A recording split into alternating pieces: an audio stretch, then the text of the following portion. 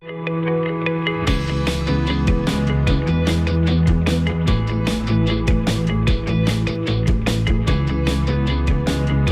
here. He made it. Hello. Welcome to Pastor's Perspective. I'm your host, Brian Perez. We are going to be in the studio for the next hour answering your questions about Christianity, the Bible, whatever it is you want to talk about. Give us a call. 888-564-6173 is our number, and we'd love to talk to you. If you're watching on Facebook, YouTube, or Instagram, you can call in too, of course. The number's right there on the bottom of your screen. Just call in. You can also scan that QR code, and that'll take you to the Pastor's Perspective page at kwave.com, where you can fill out a form, and that'll get your question to us after the show. If you've got a question right now, you need to call in because we're not going to see those submitted questions until later on. Answering your questions today, we've got the Pastor Emeritus of Calvary Chapel, Costa Mesa. It's Brian Brodersen from echoesofmercy.com. And speaking of Brian and Calvary Chapel, Costa Mesa, this Sunday night is the Back to Basics Live. It is back. Yay! How cool is that? Well, I think it's super cool. I'm excited about jumping into the great epistle to the Romans. So, yeah, we're going to be many readers' view of the gospel has been clarified in reading the book of Romans. So I'm excited about you doing it. That's Dr. Ed Stetzer, the Dean of the Talbot School of Theology at Biola University, also our official phone number giver. It's been a while, Ed. Do you remember it? 888-564-6173. It's been months since I've been on the program. I haven't seen you since last year. No, it's literally that old joke again. Yeah, it is. Yes. Good to see you. Yeah, Romans, great. As you know, Ed, of course, historical impact going back to Augustine and then through the Reformation period, Luther. Are you going to work through verse by verse, or are you going to do some of the history and draw that in? What are you going to do? Yeah, what I've been doing, because I've been teaching through the New Testament, I've been doing basically a chapter, maybe two, but I'm going to slow it down for Romans. And kind of take it section by section. Wasn't it Westminster Chapel? Didn't the doctor take years? Martin Lloyd-Jones take years to go. Well, here's the crazy thing: he took 14 years, and he got through 14 chapters. He never finished. Oh wow! I didn't realize that. When I was in Wheaton, there was this guy, Josh Moody, is the pastor of a church there. Yeah, I remember. You know, College Church. Yeah. Oh yeah, we had a connection. Yeah, and they had people took pictures of their kids when he started the book of Romans, and then pictures of kids when he ended the book of Romans. It's like 3 years or something. Yeah, but Lloyd-Jones, he did teach it on Friday night, so it wasn't like a Sunday morning thing. But it took him 8 years on Sunday morning to go through Ephesians. Wow. Well, those are, listen, Romans and Ephesians, those are not the worst places to start. If I had to pick 3 books of the Bible, I do interims a lot, so I end up picking something to do. It's often, I do Matthew, I love to do Romans, Philippians, and Ephesians. That's what I sort of would kind of walk through, because I'm there a year and I get to pick some and go from there. But yeah. Well, good. If you need help with your sermon preparation, you'd let me know. Well, of course. I mean, I got access to the most brilliant minds in the world. Yeah. Yes. Theological mind. When you said he's made it, was that on the air? Did they aware that you thought I was going to be late? I was okay. It's not that I thought you were going to be late. Yes. I was just really hoping you were going to be here, because we have a question on the screen that's specifically for you. I saw it. Yes. I saw that. That's an easy one for us to weigh in on. So awesome. Yeah. Yes. So that's why I mentioned it. Okay, good. Bubbling over with joy. So, yes. Well, that's fair. That's fair. But we should just talk for just a second about Ed's travels. I mean, you've been. People do like the banter. Remember, people like the banter. They do, yeah. That's what I heard. But you've been to some amazing places since you were last in that seat. You were in Oxford, England. Yep. Mm-hmm. Teaching that class I do every year that you've been to. But where were you before that? You were somewhere right before that, right? Well, Thanksgiving, I preached at Durham Grace Church and took Thanksgiving with my family. And then I went to Houston for 2 days to host church planning leaders. Okay. Then to Oxford. And then from Oxford, you went to directly to Egypt. Yeah. Yep. Directly to Egypt. So I love that. And so tell us about Egypt. It's pretty amazing. I think, one of the things you at Calvary Chapel, you do this trip of a lifetime, go to Israel. Mm-hmm. So many Christians have been to Israel, which let me just say, I think that's great. I plan to go back. And I've been to Israel multiple times. I've been to Europe multiple times. I've been to Europe and Israel with you. Yep. But I've never been to Egypt before. Have you been to Egypt before? Okay. Never. It's really amazing. And just think in terms of Rome. And you think, Rome's cool. I mean, Rome's not, I'm saying it like it's nothing. Rome's amazing. everything in Egypt's like 2,000 years older than in Rome and bigger. And so, we went to the pyramids, and, we went with this tour company, and they were Christians. They were actually evangelicals from Egypt. I preached at one of their churches. And so it's interesting, and this is where I would say certain things. Like, for example, when I was there, we stopped at the church where the Egyptian Christians believed that Jesus, Mary, and Joseph kind of held out or hid out. And, in Egypt during this time, there's pretty good, it goes back pretty early. There's pretty good evidence of this, close to do we know where crucifixion was? And I actually did a video over there because every year people are like, the whole was Jesus a refugee thing? Yeah. And it's like, are we going to argue this every single time? Yeah. They were taking refuge, right here in this church in Egypt. I guess technically that's an internally displaced person. Let's stop trying to take modern debates and use biblical text to say something that's not intended to. But it was really fascinating, and to see the just the longevity of Egyptian culture and history is really amazing. Now, were you primarily in Cairo? No. We only stayed in Cairo a few days. I mean, I preached in Cairo. I preached at. I saw some of those pictures they were preaching. That was amazing. Yeah, and there were. I mean, I recognize that it's unusual. I preached at the first and second largest churches in the country. I mean, I sort of get that that's unusual, but I was shocked at how large they were in a predominantly Muslim country. Yeah. And Qasr al-Dabara has maybe 6,000 people there. And then Heliopolis Evangelical Church was the other one. And what's interesting, you could preach at both. I was only there one weekend, but Egyptian churches have church on Friday morning, which is kind of the equivalent of our Sunday morning because that's a day off. Okay. And so I was at Qasr al-Dabara there. And then they also meet on Sunday night. So it's kind of it's different than our timing, but because Sunday's a work day in Egypt, right? So just like Israel, and Israel as well. Yeah, that's right. Same idea. So it was really just the Christians there. I was just so encouraged by their faithfulness and God's up to some great stuff. Holy Spirit's doing powerful stuff in Egypt, and it was super to be there. But also, that I was supposed to go there last year. Yeah. And my dad got sick and then died soon thereafter. It was our bucket list trip to go on together. Right. And so my daughter and I decided to do the trip in my dad's honor. So spending a week with my amazing daughter was great too. Yeah, that's awesome. Yeah. Now, you didn't go to Alexandria by any chance? No, we went to Aswan and then Luxor. Okay. And there are little places. There's sort of a rhythm that they have. So you start in Cairo, you fly to, I think Aswan's farther out, and then you take a boat, and they take the boat up to there. Yeah, and it's different levels. You have their fancy cruises, less fancy cruises. Did you do the boat on the Nile? Yeah. Oh yeah. Yeah. That's what everybody there are 5,000 boats going down the Nile doing this thing. I don't know why, but a while back I saw a picture of the Nile and I was completely stunned. I don't know. In my mind, I just had I had a picture that was so far from reality. I saw this picture of the Nile and I go, oh my gosh, this is a gigantic river. That's so funny. My impression was the opposite. Because, it's a big river. Don't misunderstand. Yeah. But, and of course I was upriver some, but I've been on the Amazon. Okay. And you can be on the Mississippi. You can be on one side of the Amazon and not see land on the other side. Okay. So I think I insulted the tour guide accidentally. I'm like, I thought this would be bigger. And she's like, it's the most important river in the entire. Yeah, it was funny. She was great. But it's kind of like the Thames. The Thames going through London. The Thames River. That's what the Americans call it. Yeah, the Thames in London. When you're, you obviously can see the other side of it, but it's pretty wide in central. Yeah, it's a big river. But then you get out to where I used to live on the Richmond area and stuff, and it's much smaller, much more quaint. Yeah. What I found so fascinating was when you're on the boat in the Nile. Yeah. Everything's lush around the sides, but you can actually see the desert in the distance. Yeah, right. So it's literally it's this. You think about all these things about river of life and all this sort of stuff. That water is life, and outside of that water is no life. Yeah. And it was kind of fascinating. So I kept some of that biblical imagery of a stream a tree planted by streams of water. That's in Psalm, by the way, chapter 1. Yeah. So just in case you didn't, Bible memory, it's good. One of my first verses I memorized. But it's it was really.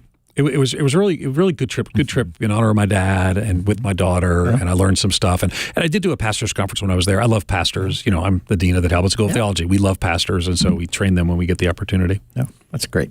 Well, good. Cool. All right. Thanks for letting me have a little fun update. Yeah, thanks for the update. Yeah, if you guys are planning a trip to Egypt soon and want to know where to eat, where to stay, call in 888-564-6173. Let's start our time on the phones with Elaine in San Diego, listening on FM 107.9 K-Wave. Hello, Elaine. Hello. My friend Ed, how are you? Hi there, Elaine. Good to hear your voice.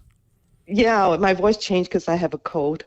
But we've met first in Chicago at Witten. Oh. And I was just there over the holidays speaking to 1,600 People conference. And then we met at Korea. So oh my. We met recently at Cross Point Church when you did the Chinese version of Lead the Way. Oh, super. Well, good to connect with you again, Elaine. Good. How can I be of help? What's the question?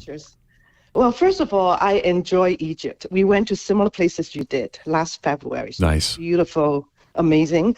And also, our pastor, Dan Bentley, is preaching on Romans this year also. Oh, wow. Many good at Maranatha Chapel. Mm-hmm. So my question today... Oh, at Maranatha Chapel, Daniel Bentley. Yeah, your friend. My friend, yes, indeed. Young pastor, very grateful, and we miss Pastor Ray. Yes, indeed. Tell Daniel we should get him on Pastor's Perspective. That'd be fun. Yeah, you should. We should. I'll text him. Yeah. Okay. He's very gifted. So my question, I've asked Pastor Brian before, and by the way, I listen every single day. Love your spiritual humor with Cheryl. Thank you, Elaine. I'm very tempted to get that CD or DVD. They're all sold out. Well, we were running off some more copies, so maybe we have some more now. Yeah, my question is the importance of workplace discipleship in the church and the church role. And then, Ed, you may remember in Korea, I launched the Global Day of Faith at Work. May 1st, we declare as the Global Day of Faith at Work, starting last year. So this is the second year. So it's a related question, and I'm sure you view it as important. And I just want your perspective on how the church should truly implement faith at work.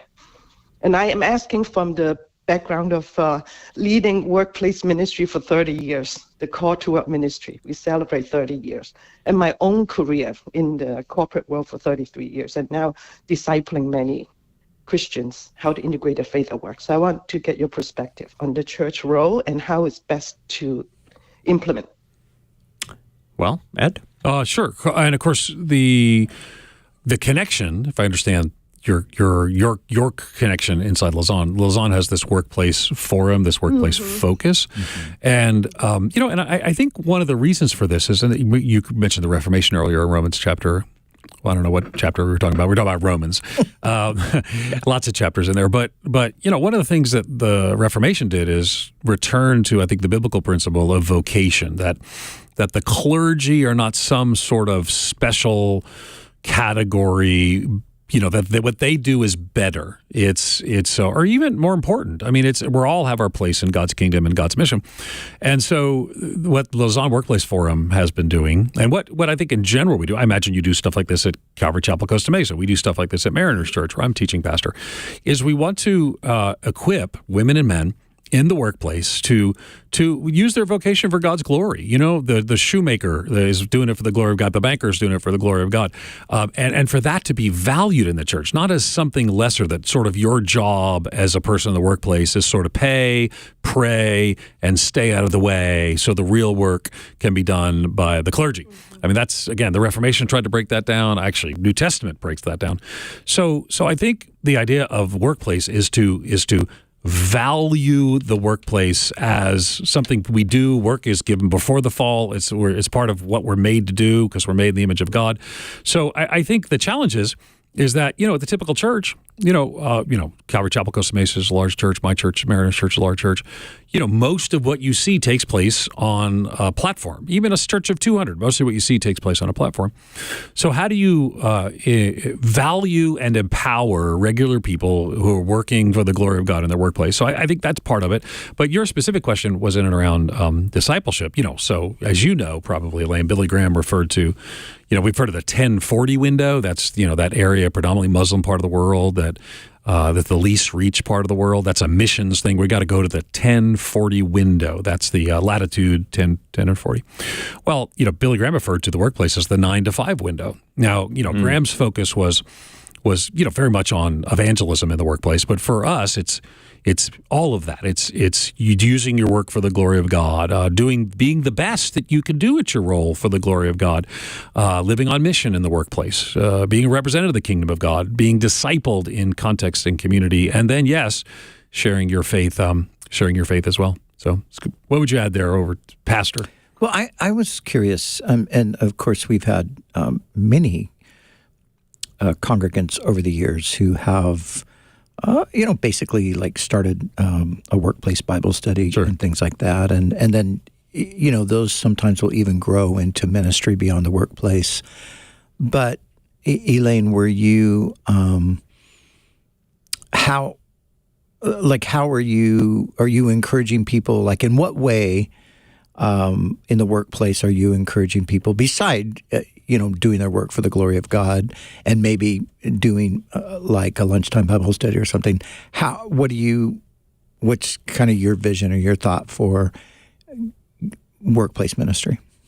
Thank you for the opportunity to share, because I believe all of us as believers, are disciples, and we are all in a life of discipleship, right? We disciple very well how to lead the Bible, worship, serve at the church. Keep doing that. We also disciple parents, children, family discipleship. And I feel that the church is a bit lacking in workplace discipleship, helping believers how to really integrate their faith at work, put it in front and center, like Tom Nelson, like Redeemer, like Saddleback. Yeah. Really I don't know about your two churches, how much you really focus on workplace discipleship, and I find that lacking in most churches. And that's my passion, to help churches. We have curriculum, I'm sure you can all teach, really how to bring it, quote unquote, down to earth. Yeah. As Reverend Graham said, he believes the next great move of God is through the believers in the workplace. And I believe the workplace is the largest mission field, right? Yeah. Served by the largest mission force. Many co-workers don't ever go to the church. They are the UUPG. They are our 1040 window. And we have so many ethnic background coming to work together. So, yeah, it's a great, like you said. I mean, it really is a mission field. And I think too, Ed, sometimes I think people, I know people over the years who have thought like, they've kind of looked at, say, maybe the church staff or something, and they thought, oh gosh, man, I just wish I could be at the church. I wish I could work at the church. I got to go work at this secular job, and so they don't see at all their job as a part of God's calling or mission. They see it as this burdensome thing they just have to do, but they really want to just spend most of their time at the church. And I think, if we can encourage people like, no, Pastor Chuck, you remember, he used to do, he did a great just a little brief word on Paul called to be an apostle.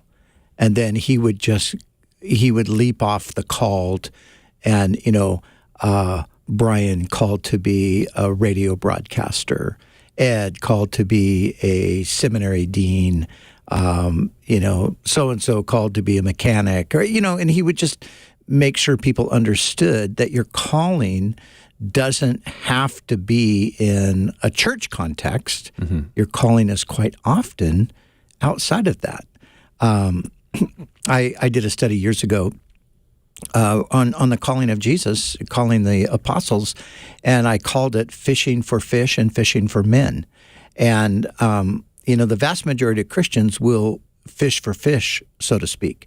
Jesus only calls 12 out of fishing for, they're not all 12 fishermen, but, he calls Peter, James, and John, he calls them out of fishing for fish to become fishers of men. And that's the distinction that sometimes I think is good to remember. Most people are called to fish for fish in the sense that most people are called to live out their Christian faith. I'm not sure I'm following you with the fish for fish thing. So, and I'll explain so it to keep you it simple for me. Keep it simple for me. Okay.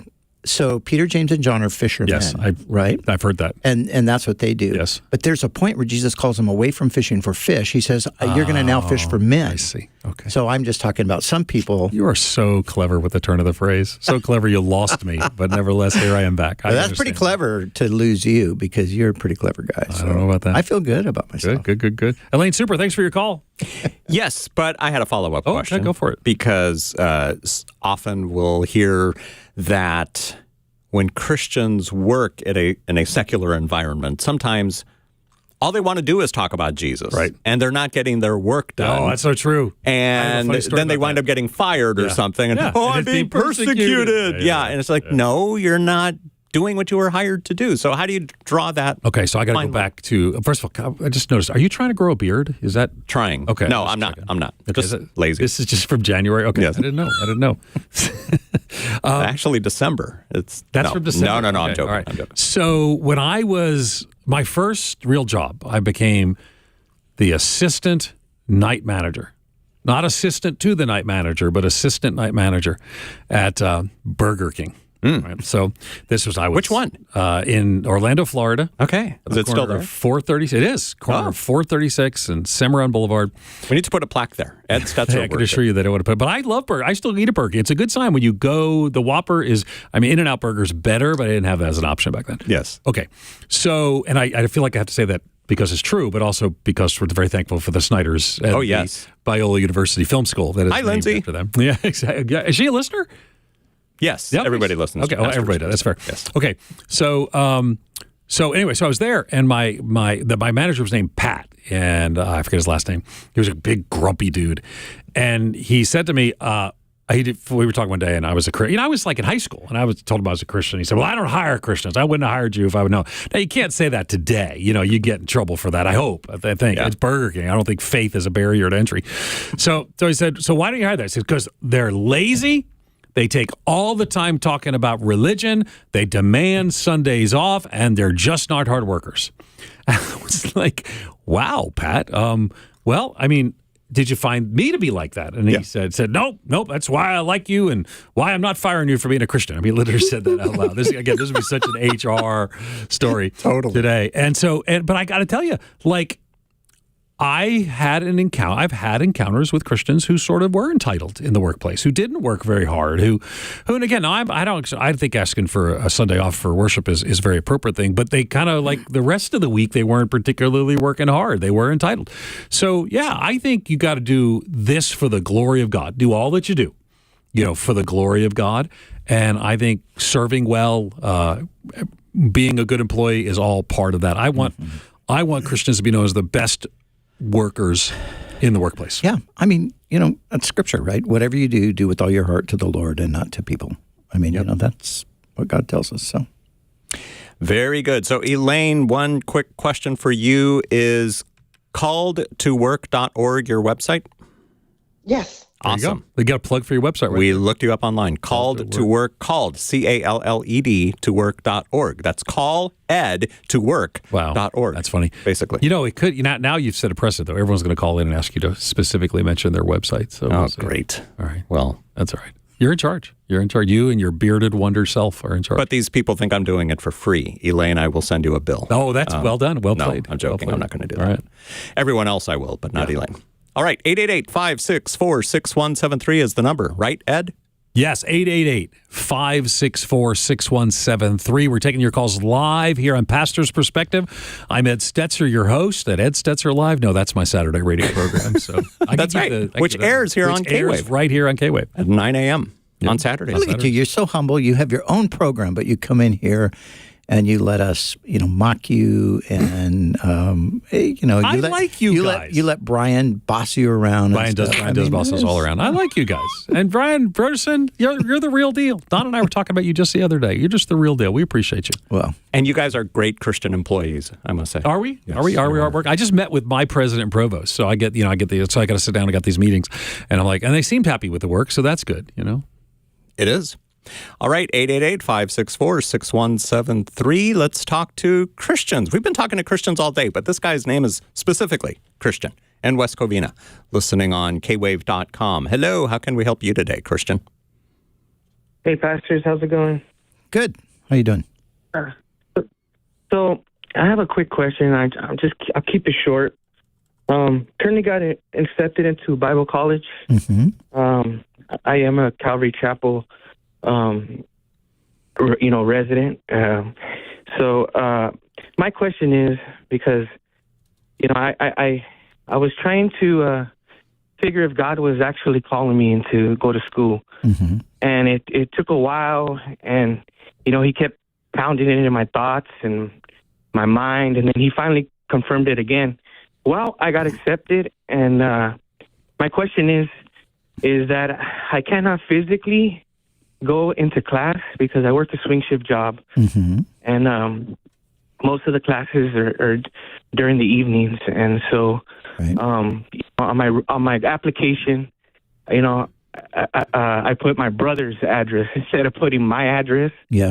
and so I don't want to be like Jacob, deceiving as he came Mm-hmm. to Isaac for the blessing. So I wanted to see what you guys thought about that. Okay, but why did you put your brother's instead of your own? Because that was the only way I could take online classes. Oh, right.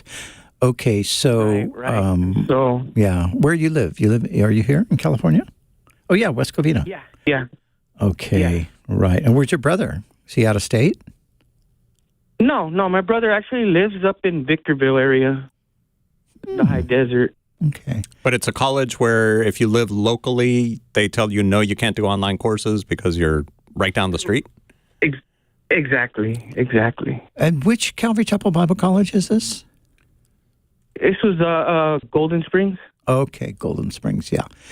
Yeah, we are not connected with the Golden Springs campus. That's, an independent campus that is basically connected to the church in Golden Springs.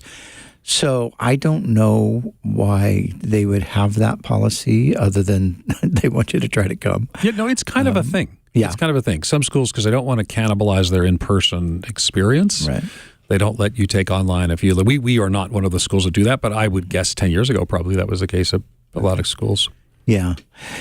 Yeah. So, I mean, it is one of those things, I think that you're obviously your conscience is bothering you about giving your brother's address instead of yours. I would say that it would be better to just be honest with them and say, hey, I give you the wrong address because my schedule is this and I really want to do it, but I can't attend. And then just trust that whatever the decision is will be the outcome. And Christian, let me say, I am the leader of the Talbot School of Theology at Biola University. We're the largest seminary on the West Coast. And if someone said that to me, I'd say, that's fine. Yeah. Yes, and I would say if not, there are other wonderful online Bible colleges. Yeah. We have. Actually, Biola University. I'm not recruiting from this. I mean, I want you to work it out with them, but we do this online. Yeah, at Biola. well, I am the chairman of the board of Calvary Chapel Bible College. Yeah. Are you have online options as well? Absolutely. Yeah. So it's like Yeah. So if you want to look for another online option, you could just go to calvarychapelbiblecollege.com. And you can find out about it there. Or you could go to Biola University Talbot School of Theology. Yes, online. you could do that. It is a different experience. But I would, first of all, just reconnect with Golden Springs campus, and I would think that they would have some sympathy. We're not doing any gambling around here, but I'm a betting man that'll be just fine, and I appreciate your honesty. Yeah. Does this help you, Christian? On Saturday. What was that? Hello? I have orientation on Saturday, so I think I'm just going to talk to somebody there. Yeah, just show up and say, hey, this is... just tell them what. Just tell them. It should be fine. There are a bunch of sinners over there anyway, so they're not, We have sinners everywhere. they're not going to condemn you. Exactly. Jesus says, go and sin no more. Christian, thanks for your call today on Pastor's Perspective. And we're going to take a quick break, and then we'll be back with more of your phone calls. We've got Pastor Brian Broderson here, as well as Dr. Ed Stetzer, the Dean of the Talbot School of Theology at Biola University. If you've got a question for us, give us a call. The number to call is... 888-564-6173. So I'm the phone number guy. 888. I told you. You're the official. 564-6173. Call us. You can add that to all your titles. Oh, I don't need another title. No, you don't need one, but we're giving you one. Thank you. 888-564-6173. Call in. Time to take a break here on Pastor's Perspective.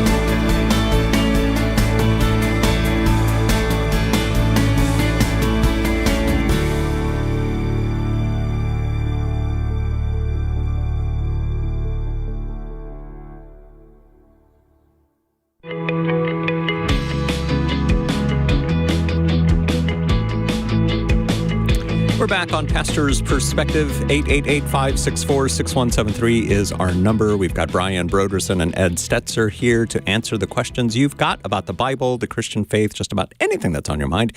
We can talk about it. We're going to be here for 25 more minutes. So call in if you can, 888-564-6173. Kayla hung up. So Kayla, if you're still listening, please call us back. We wanted to talk to you. We'll switch gears really quick and answer Robert's question. He sent this in from Duarte. He listens to us on AM 1110 K-Wave, and he asks, in the coming days of the millennial temple, will all people on earth be directed to worship God in the manner explained in Ezekiel 46? Now, Ezekiel 46 is 24 verses long. I am not going to read it all right now on the radio because that would take up half the time we have left here. But a brief overview of Ezekiel 46, and then we'll answer Robert's question. Brief overview. You want to do that? You want me to do that? What do you want to do? Yeah, I mean, the gist of it is in Ezekiel, beginning in Ezekiel 40 through the rest of the chapter, you have the restoration of the temple worship system with the restoration of a priesthood and a sacrificial system as well. And so this has been very perplexing for people because the question is, well, wait, I mean, Jesus offered one sacrifice forever for sins. How in the world could there be a new temple with a sacrificial system in the future? So you get to answer that. Well, it's a good question. And so there's different ways that people answer this. So I'm premillennial, like you are, and Jesus and all the disciples were. Yes. But there are Christians who are not premillennial, who hold sort of different views, and they could see this as symbolic or typological sort of approaches. That it's the vision is symbolic. It's not, like a liturgical architecture or whatever else it may be. I'm a premillennial, and what that means for those who are unfamiliar with the terms is that we believe that there'll be a millennial reign for 1,000 years, and during that time, God is fulfilling doing lots of things, but fulfilling including some promises made to Israel, and so my answer to the question is I do think that during the millennium, the nations will be directed to Jerusalem. There'll be a worship system. It'll include certain things, and there are kind of things that are listed there. But like the nations coming to Jerusalem, yes. The nations streaming Lord's house, yes. And there's different things that are sort of here. The question, I think, behind his question is, okay, but what about the sacrifices? Right. Yeah. Now, again, we were talking earlier about Logos Bible Software, and so I'm now doing some work with them, and we did this. When we did the preaching seminar together, you leaned in on that, and so I typed in, is this bad? Like I typed into Logos Bible Software and I asked the question, and it actually says in the Millennial Temple, again, the predominant view, worship will be reestablished with a distinctive approach that both recalls and differs from previous temple practices. And it goes on. It actually tells you the sources of all this sort of stuff. I've become a bit of a Logos fanboy as well. So I do think the sacrifices will not be for sin atonement. I'm actually reading from Logos here, but because Christ's sacrifice has already done that. But they serve in maybe some ways like the Lord's Supper does. Yeah. They're like memorial offerings or sacrifices remembering Christ's atoning work. I think but I'd say at the end of the day, like this is, I was talking to Eric Geiger, my pastor. He's doing a series he's working on, and he's like, okay, so we're thinking through premillennial or amillennial, different views. And it's like, I mean, sacrifices during the millennium is a kind of a tricky thing to explain, like what's going on there. Yeah. Okay, so that's my explanation with the help of Logos Bible Software. What would you agree, disagree, nuance it? No, I would have said the same thing, and I think that likening it to the Lord's Supper is the way I always do it, because you think of, so the church for 2,000 years at this point, we have had this memorial. Jesus said as often as, or eat this bread, drink this cup, do this in remembrance of me. Paul says, as often as you do this, we remember the Lord's death. So we have had this. Israel has had nothing of that at all. Right. So when the Lord comes and establishes his reign over the earth, I think the sacrificial system there will be a reminder to them, just like communion is to us, of the fact that the one who is sitting on the throne as their king is also the one who was the Lamb of God who was slain from the foundation of the world. Now, I know that like you said, Ed, with you've got the different views, and I think theological systems, by necessity, have to interpret scriptures in different ways to fit with the theological system. Agreed. And I think that's the mistake that is made. I think there are certain aspects of Scripture that we can't necessarily figure it out. I think we just have to say, this is what it says. I don't really know exactly how it all works out with the fact that Jesus had made atonement forever. Hebrews chapter 10 makes that clear. But this is what it says. Yeah. So I'm going to go with that. This is what's happening, because we interpret the Scripture in this case literally. I did with one of the way the kind of the software works is it pulls up quotes from books if I wanted to. And so I found this one helpful. This is from Things to Come, A Study in Biblical Eschatology. That's Dwight Pentecost. Yeah, right. And super helpful. Again, I'm just quoting from the software. It says, there are certain similarities between the Aaronic and the Aaronic and millennial systems. In the millennial system, we find worship centers in an altar on which blood is sprinkled, and on which there are burnt offerings, sin offerings, and trespass offerings. And they contrast the two. So what I would say is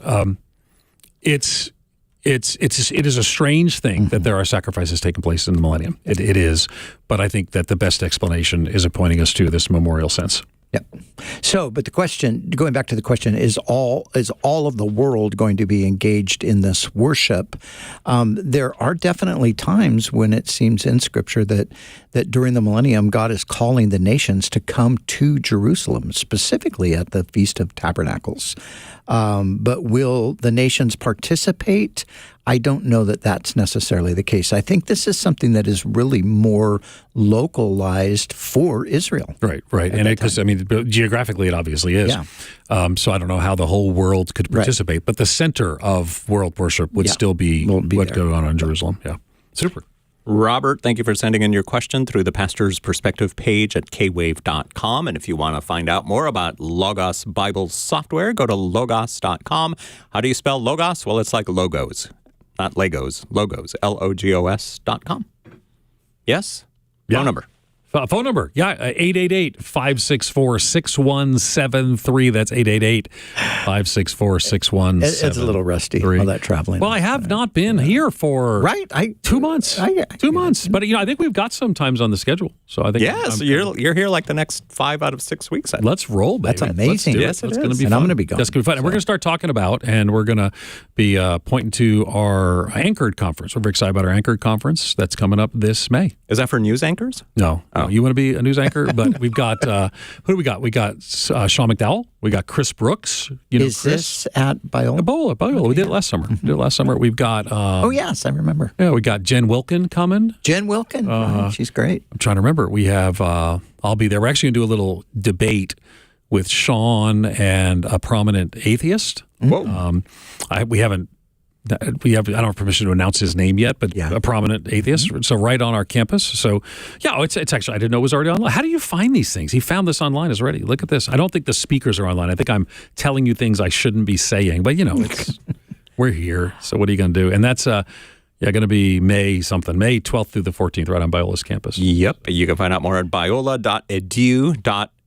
Biola.edu/anchored. That's Anchor Ed. See, everything's about Ed. Ed. Well, you remember that song that there was Blessed Jesus? And people would sing it, Blessed Jesus, Blessed Jesus. I took it personally, and I said, Lord, bless me. Blessed be your name. There you go. Oh, man. I'll never hear those songs again the same way. So, Ed, Friday, my wife is going to interview Jennifer Powell McNutt. Right? Yeah. From Wheaton. She's great. Yeah, you know her. She's brilliant. Yeah, she's amazing. Yeah. Reformation scholar. Yeah. We've been we kind of connected with her a while back because she wrote this book, and I was reading her book, The Forgotten Mary, I think is the name of it. And Mary We Forgot. The Mary We Forgot. The last thing I ever dreamed was when I all of a sudden turned the page and I was reading about Chuck Smith and Calvary Chapel. And I was like, what in the world? How did Jennifer get this in here? So anyway, I reached out to her and we kind of developed a little bit of a connection a while back. And so, she's coming Friday and she's going to do a podcast with Cheryl. That's super fun. Good deal. What? And that's that podcast. It's What's it Women called? Worth Knowing. Women Worth Knowing. That's so great. I love it. Yeah. 888-564-6173. Kathy in San Marcos, you're next on Pastor's Perspective. Thanks for calling in, and thanks for listening on FM 107.9 K-Wave. Hi, pastors. It's been great listening to you. Thank you. So this is my question.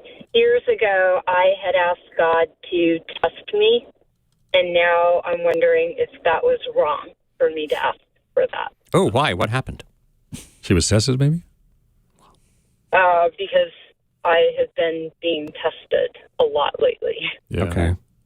Has this been going on for a few years, ever since you asked him?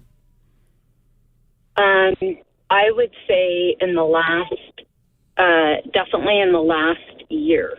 Okay. Did we just lose her? I think she's gone. She's gone. I would say first, I wouldn't pray for God to test me, just to throw that out there. Well, I was going to say that you actually don't have to ask God to test you. He will. He will. He will. So I think her question was it wrong or bad? Yeah. And I don't know that you asking God to test you necessarily led to the tests that you're going through. God's sovereign. God is more concerned about our character than our comfort. He does walk us through difficult times. And in the midst of those difficulties, we can rely upon Him. But let me just say, I didn't get her name. She just Kathy. Kathy. Let me just say, Kathy, I'm sorry you're walking through those times, and I would. But again, I don't know that there's a direct correlation between you asking God to test you and the difficulty you're in. And I would say, trust the Lord in the midst of this with all your heart. Don't lean on your own understanding. In all your ways, acknowledge Him, and He'll direct your paths. Mm-hmm. We lost Kathy, unfortunately. I don't know what happened. Are you aware that the internet is blowing up, that Verizon and AT&T... I heard about this. Something. Is the front page of everything right now, so I wouldn't be surprised that there are some technological glitches today. But thankfully, we still have our phones working. But yeah, it's been everywhere. Mm-hmm. So is it a good idea for Christians to ask God and why maybe to God, I want to make sure I want to prove that I love you. So test me and I will stay strong. Maybe that's what Kathy was. The psalmist said, "Search me, O God, know my heart, try me, know my ways." Try me. I think that, like Ed said, it's not bad. It's not like you've committed a sin, or it's not like God says, "Okay, here we go. I'm going to get you now because you said that." I mean, we can say lots of things, and thankfully, God does not do what we say. But like I said, we're going to be tested regardless, whether we ask or not. And God generally doesn't ask permission. If He can test us, He just tests us. So if you're going through a hard time, a trial, a difficulty, like Ed said, I don't think you should say, "Oh, it's because I asked God to do." I would like it. She's gone now, but I would like to have asked. What was your motivation for asking God to test you? Yeah. But in God's goodness, God is there with you and walking through even this difficulty with you. Yeah. Thanks for calling us today on Pastor's Perspective. Tony, we lost him as well, so maybe the same glitch. I don't know. Here is Lynette in Los Angeles listening on the K-Wave app. Thank you for downloading the app, Lynette, and thanks for calling in today. Thank you so much. So my question is, when people sin against you, I know you forgive them like instantly because we need forgiven, but I mean, it's at work. So, I'm a Christian and I tell people I'm a Christian, but I usually don't sometimes because I just let my light shine. And so at work, a person kept touching me and I told them to stop. And they kept touching me. And then at the end of the shift, I got fired. I got fired from that job. But I just wrestled with it so much that I had to file a police report, sexual battery against that person. My. And I got fired and DNR'd from this job and lost my bonuses. And I know Habakkuk, I always read that. And his complaint is, why do you let sinful people prosper and everything? This guy got bonus and he got all that, and it's like he's still on the job. And is there any other scriptures that will help comfort me because of this? Because I'm so distraught about this, because I love being a chef. I'm great at it, and my work ethic is spot on because I know God is watching all the time. So that's why I always produce, good work ethic. Here's a scripture, Labor Union chapter 1, verse, no, I'm joking. But I mean, seriously, you've got a labor board. Got to call the labor board on something like this. But is there an HR department at the restaurant? Is that a restaurant? There is. Is there HR department? Yeah. I did an incident report, and it's and you got fired. Happening, and it happened to me last year on December 16th. Also, I was working as working downtown LA, and a person who I don't even know, she like hit me in my side. I was like, oh my God, what did you do that for? I was like, why did you hit me? I said, you don't do that. That's not Christian of you. She was like, you're not a Christian. I was like, yes, I am. You don't do that to people. And so they DNR'd me from that job too. And I didn't do absolutely nothing, I swear. It's like, I don't even know her. Yeah. Obviously we've hinted at the legal stuff, and if you've sort of pursued that a little bit, and maybe that doesn't seem like it's going anywhere, there are injustices, and we do face them at times, and we're not treated fairly like we should. This is the world we live in, unfortunately. And there are many examples in the Bible of people who did suffer unjustly. You think of somebody like Joseph, who was cast into prison. First, he was sold into slavery by his brothers, but then he was cast into prison. He was falsely accused of trying to, rape his boss's wife, and he was innocent, but he ended up serving time in prison. So there are those places where if there's no recourse legally, then I think you just have to say, well, Lord, and just you see everything, and I'm just going to trust you with the outcomes here, and lead me in a direction where I'm going to be able to prosper in my job and not have these kinds of recurring type of events. Any thoughts from you, Ed? No, I don't know what to add to that. I think it's this is. I'm sorry. I would just say I'm sorry that you're walking through this, and again, kind of echoing some of what Brian said, the other Brian, the bearded Brian. Man, it might be something. Sometimes you will suffer and things will not be made right, but also you don't need to suffer without talking to HR department or supervisors as well. Mm-hmm. Yep. Thanks for calling us today, Lynette. Everybody keep her in your prayers. She'll be able to navigate this correctly. 888-564-6173. Al in Moreno Valley, also listening on the app. What's your question for us today? Yes, hello, Men of Faith. Question. Is it safe to travel to Egypt? Because I'm a Christian, and when I wanted to travel to Egypt, it was like they were in such a state that it was unsafe for Christians to be in that country. Well, Ed made it back alive, so... Well, how long ago was that, Al? This was in 2017 because I took a trip to Israel and I joined the Israeli army. And then I was thinking of something in Egypt, but it was too crazy. And Israel told me that I couldn't go there because then I couldn't come back into the country. Yeah, your situation's a little different than most people's situation, just to be crystal clear. Tourism in Egypt. So the State Department lists Egypt as has a travel advisory. It's called Level 2, Exercise Increased Caution. But there's all kinds of tourism there. For Christians, I didn't have any... I would say to you that the Christians there take additional precautions that we don't take. But it's not like most... It's not like some of the highest level of persecution. This is not what we're talking about in Pakistan, for example. I mean, there's a very long Christian tradition in Egypt. It's called Coptic and Coptic Christian, and so but they do take additional cautions. But from your perspective, is it safe for Christians to go to Egypt? I took my daughter there. Wouldn't have taken my daughter somewhere that I didn't think was safe.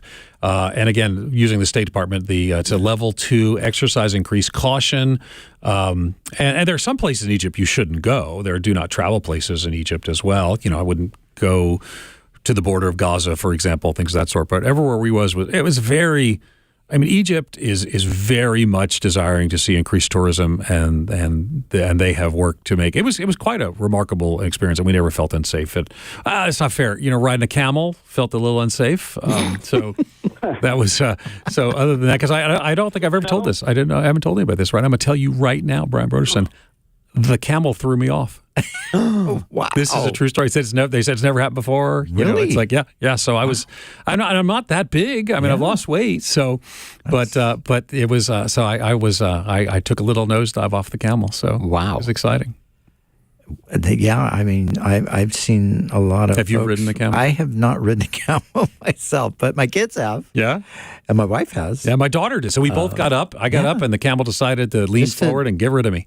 Wow. Did he like buck you off? Kind I don't of know. like throw you, or you Buck, just you know, fell that's over? sort of the way a camel's a little different. Like it just kind of its whole front goes forward, and then it kind of tilts you off, and that's what it did. So it was fun. They were there. They caught me. It was fine. I didn't. Well, I'm glad to hear he didn't stomp on you after. No, that's not true. I hear they can be mean, but they were super nice. But a serious answer to this question. It's the tours are there, and Christians are welcome to come. And again, I can't guarantee your safety, but that would be what the State Department would say as well.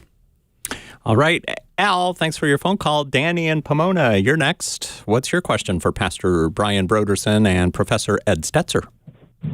Hi, Pastor. I often hear pastors say that we're living in the last days, you know, and there have been worse periods of time in history. I know the Bible, I'm going to paraphrase it, says scoffers will say things. Are you on an airplane, Danny? What is all that background noise? Oh, that was a call. Let me take you off speaker. Yeah, that'd be good. I thought it was like on a runway or something. I was walking by the traffic. They say scoffers will say in the last days things are going on that they always have. I want to know, when they mention that we're living in the last days, do they mean like the last 100 days, last 1,000 days? But they never really be specific, you know, what they mean. Mm-hmm. Brian? Do you have any idea? Yeah. I think just most, when you hear that terminology today, I think most people who are using that language are thinking that, you know, we are kind of like right in the last period of history before the return of Jesus. And, you know, as the world kind of goes crazy, then that rhetoric, if you will, increases. And technically, biblically, the last days really sort of began at the time of Pentecost. And, you know, there Peter quotes from the prophet Joel, and he uses the term there, the last days. Interesting, Joel doesn't use that term. Peter adds that last days to the prophecy of Joel. So technically, biblically, we would say that the last days began there, but the last days obviously is a long, long period of time. 2,000 years And so far. So, yeah, 2,000 years I mean, so Hebrews 1:2, but in these last days. In these last days, yeah. God has First spoken Peter to us through chapter his Son. 4, right? In these last days, some variant of that in First Peter chapter 4. Yeah, and I think Paul to Timothy, I mean, he speaks of that as well. So, but then, of course, you can think about the last days of the last days. Like, you know, at some point, the last days are going to come. They're going to come to an end. Where are we in relation to that? We don't really know. And I think that the mistake that has often been made is to predict that, hey, you know, this is it. It's all coming down. It's going to come down this year. I know some folks who you know, many people have done that. And so we want to stay away from that. I do think there are some things that would sort of indicate that maybe we're closer. Well, we're certainly closer. Paul says to the church in Rome, he says, our salvation is nearer now than when we first believed. Sure. So for them, with each passing day, our salvation gets nearer. But how near, we don't know. But it is tempting when you see the world situation. Yeah, but I'm of the view the world, I mean, the worst year in human history, historians say, was 536 AD. Yeah. Volcanoes, the sun went dark for 18 months, Black Plague, bubonic plague breaks out. Yeah. I think I'm not disputing that because I right. agree with you. Because World War I was worse than we are now. World War II, I mean, you know, we think it's bad now. I mean, could you imagine? Right. But I'm of the view that, I mean, to me, I do think there's something to the restoration of Israel as a nation. I think so too. I think it points to so again on the prophetic timeline. Yeah. I think Jesus is coming back soon. What does that mean? Yeah. I also thought he would have returned in the late 80s, and he didn't. So I'm not going to set any more dates. Yeah. I mean, I know a lot of people that decided they wouldn't get married because the Lord was coming too soon, but then they got married. They said, we're not going to have any kids because we don't have time. The Lord's coming. And then they had kids.